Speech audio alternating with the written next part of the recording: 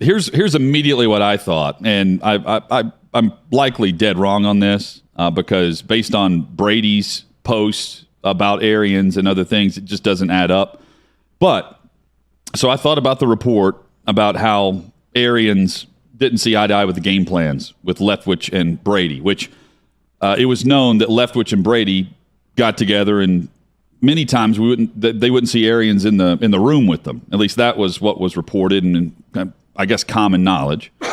Until Tuesday night or Wednesday morning. By doing it, the timing of it this way, he elevates Todd Bowles and not Byron Leftwich, who was a hot coaching candidate interviewing for Jacksonville, New Orleans, and others, and would have been a logical interview and possible replacement for Arians. So if they're not seeing eye to eye, and you don't want Byron Leftwich named the head coach of Tampa Bay with Brady, you wait until right now where you immediately can elevate Todd Bowles as who you wanted to replace you. Right. He still could have done that a month ago, and he's ultimately not choosing his successor as much as Jason Light and the Gladwell family. Well, they're power. allowing that perception to go on that he is. Yeah, they certainly are, and he's staying with the organization in a front office capacity, though we don't know how much power. Well, and by the way, Leftwich is still risk. there. It's about risk, I think. Okay, so if you're Tampa, you go with a guy who's been a head coach before because it minimizes risk with a team that can win it all. You know you got a team coming back that's veteran, that can win it all, that's done it before. So don't put a first-time head coach in that seat and now allow the offensive coordinator that was reportedly butting heads with the offensive-minded head coach to be the head coach of the offense. You would presume he is that. Yeah, with Tom Brady riding shotgun on every offensive decision. Certainly has more freedom now with Bowles than he did with Arians, who's offensive side of the ball. I think from that perspective, it makes a ton of sense. Part think two about the move for Todd Bowles. Part two of this is Arians didn't want to step down after the season for the perceived notion that he's stepping down because Brady retired and leave Tampa in a world of hurt searching for their quarterback replacement. The way Sean Payton left New Orleans in a world of hurt. I mean, that timetable, that 40 days is kind of just glossed over in a way. It's almost like Arians knew Brady was coming back and was setting all this up. There's no way he would have known that. But they said Brady, from what I read last night, and I think it was from the co-breaking of the story from Peter King, and I read actually more Sam Farmer, that Brady knew this was coming. Well, how long's Brady been back? Well, 2 weeks? Well, no, the report was that Brady found out this was going to happen a day after, either the day or the day after he announced his retirement. Which has been a couple weeks already. No, and announced his retirement, not his return. Oh, so 6 weeks.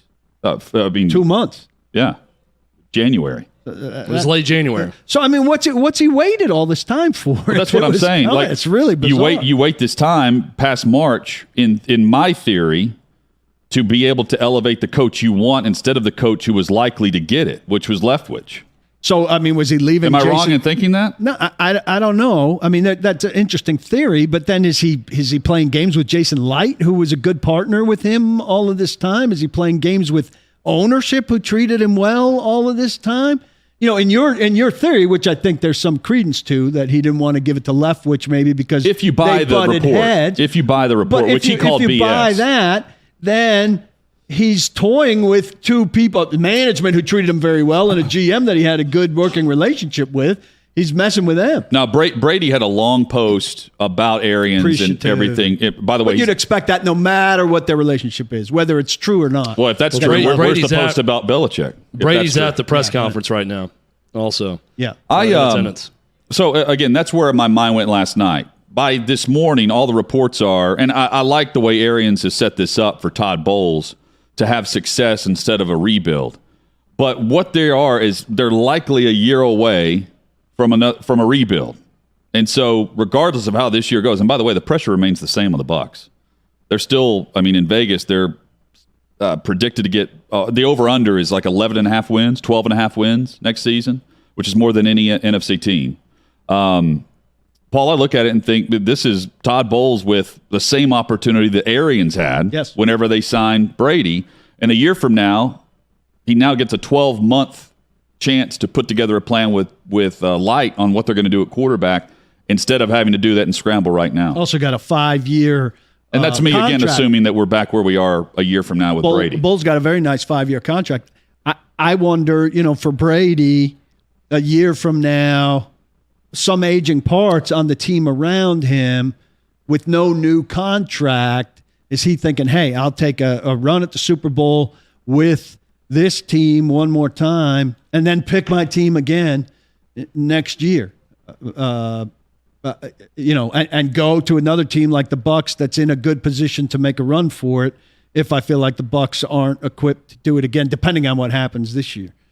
And I could go somewhere like Tennessee that could get out from under Ryan Tannehill and go be with Vrabel, or San Francisco, depending on what happens with Trey Lance, back to my hometown team or whatever. Though it is interesting, one of the things, and I think Armando had this, because there's talk also of Miami if the Tua thing doesn't work out, and even if Mike McDaniel doesn't have a good, solid first year, of Brady and Peyton in Miami, where they're building a house because it's easy for them to get to Brazil to go see Giselle's family. Well, here we go again with more options. A year it could away. also be Brady and Arians. Doesn't have to be now Brady and Sean Payton. Bruce Arians, who steps down in part by saying because he wanted to facilitate the next regime and have Todd Bowles set up to succeed, With the can staff. now go outside of the conference and coach hypothetically here where everyone thinks Brady is headed, which is Miami.